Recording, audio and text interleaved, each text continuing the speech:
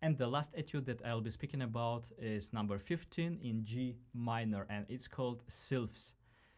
And this is a very beautiful piece, written in a 3/8 rhythm, so it sounds actually like a waltz, and it's very light and elegant piece actually.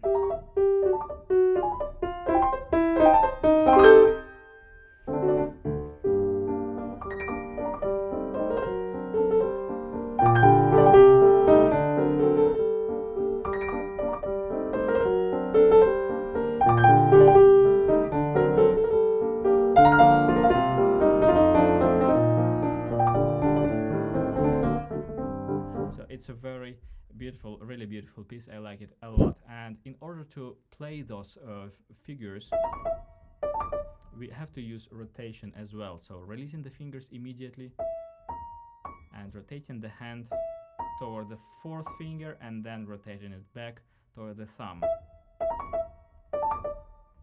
And then adding a little bit of round motion with the wrist.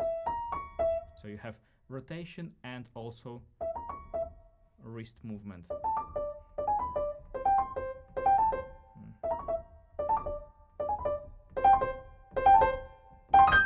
Here for this broken chord, we have to break both chords, the chord in both hands simultaneously. So you don't roll through,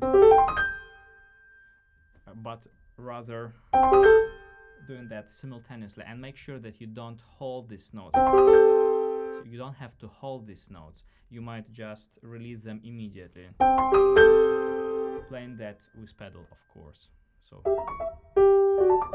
and in the left hand also you use the slurs in order to connect those notes using the wrist. So 2 3 2 3 2 3 2 3, and playing the pair of notes, each pair of notes within one wrist movement.